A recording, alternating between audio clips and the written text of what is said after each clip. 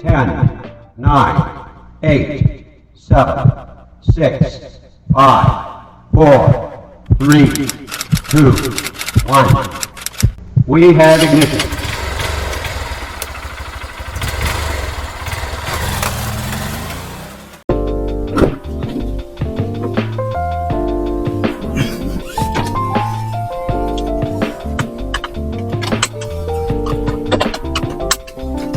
Let's go. Let's go. Let's go. Hi guys, welcome to my channel. So papunta tayo ngayon ng Bichara Theater, isang 103 years old na cinema, isa sa pinakalumang establishment na nakatayo pa rin dito sa Naga City. Pupunta tayo doon dahil manonood tayo ng Padamlagan, isang movie tungkol sa Colgante tragedy na nangyari noong 1972. Isa siyang bridge na gumuho dahil maraming tao yung nanonood ng fluvial procession sa Peña Francia Festival. Pagkatapos ng movie, try natin puntahan yung Colgante Bridge at ipakita sa inyo kung ano yung itsura niya ngayon, ngayong 2026. Dala mo ba yung ticket? Check, double check. Double check. Yeah. Isa nga pala sa mga bida or actors dito sa pinikulang ito ay si Ellie Buendia. Meron rin ako mga kakilala mga sa school dati na naging extra sa movie ito. So yun, nakita ko sila sa social media na nanood kahapon. Pinalabas na siya sa Manila or sa ibang lugar. At ngayon, umuwi siya dito sa Naga City kung saan siya sinut or saan nangyari yung historical event sa movie. Inuwi siya dito sa Naga para mapanood ng mga taga-Naga. Sana may rerun sa September. Kasi marami ding ini-inform. Ang time slot namin is screening with talkback. So, after ng film, may Q&A with some of the actors and the director. I'm a huge fan ng Eraserheads. Meron tayo dyang vlog na pumunta tayo ng Kaugma para mapanood si Ellie Buendia. Kaugma Festival. Isa siya sa mga guest ng festival na yun. So kung gusto niyo yung mapanood, nandyan lang yun sa channel ko.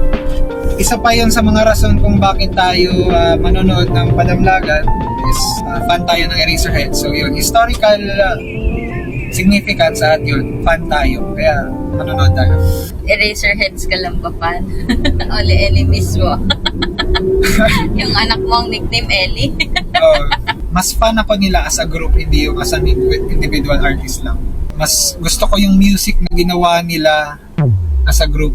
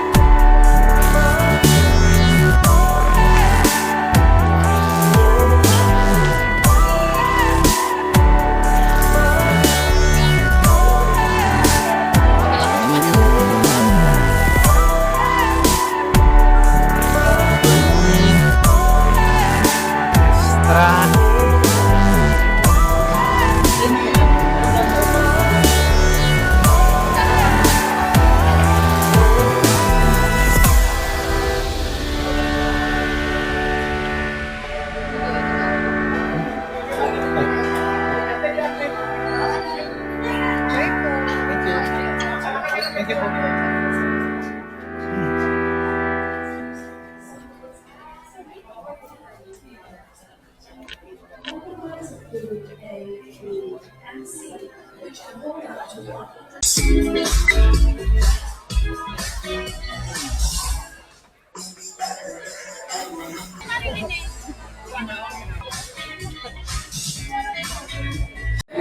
has 17 well-appointed rooms and accommodate 158 guests.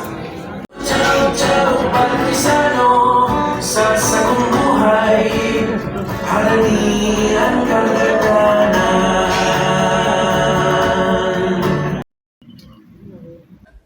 Kasama natin ang cast na sina Floyd Tena at Subra.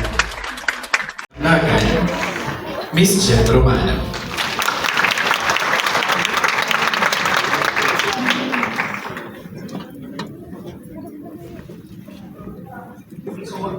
Once again, good morning everyone. Maraming na po sa inyo, Gabos.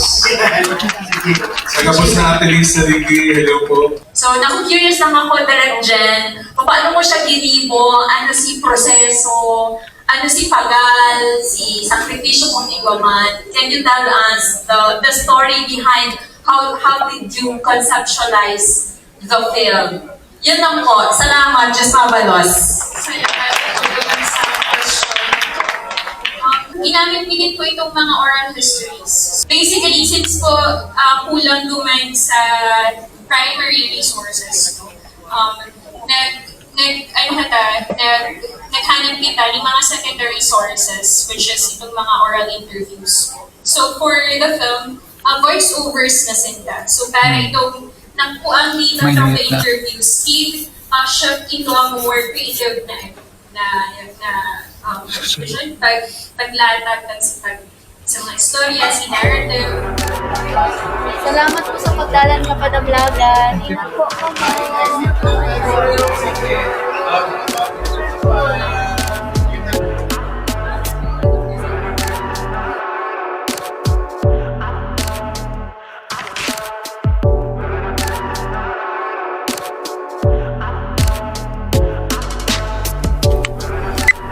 So guys, tapos na natin panoorin yung Padamlagan dito sa Bichara Mall or Bichara Theater. So yun, marami kaming thoughts and comments about the movie, pero yun, sa amin na lang yung dalawa ni Mrs. Kung gusto nyo mapanood, check it out nyo na lang. By the time of recording, hindi pa namin alam kung saan siya pwedeng panoorin online.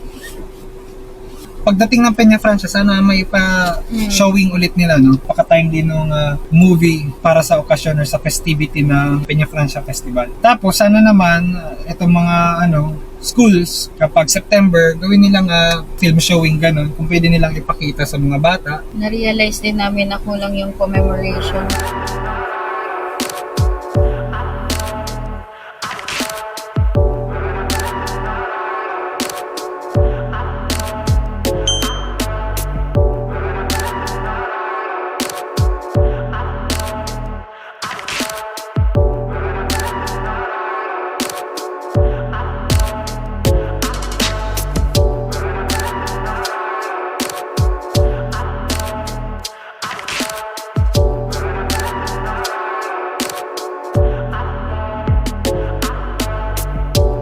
Yun yung Colgante Bridge.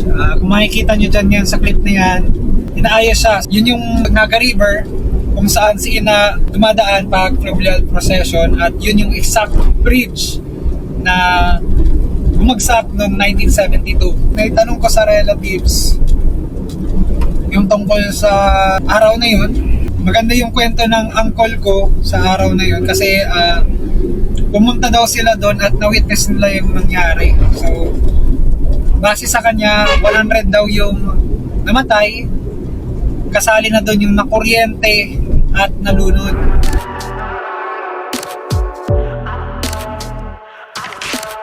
So guys, kakauwi lang namin at actually kakapark lang namin. Maka-receive pa tayo ng isa pang information about sa nangyari. Kwento niya na 10 years old lang daw siya nung nangyari yon. Tapos karga-karga siya nung uncle kong unang nagkwento sa shoulders niya. Mga 2 or 3 p.m. daw ng hapon, parang umuulan na. So, nag-decide silang mag-back out na kasi sobrang maraming tao. Umalis na sila, parang uuwi na ganun. Nang napadaan sila sa Emily Theater sa San Francisco area yan.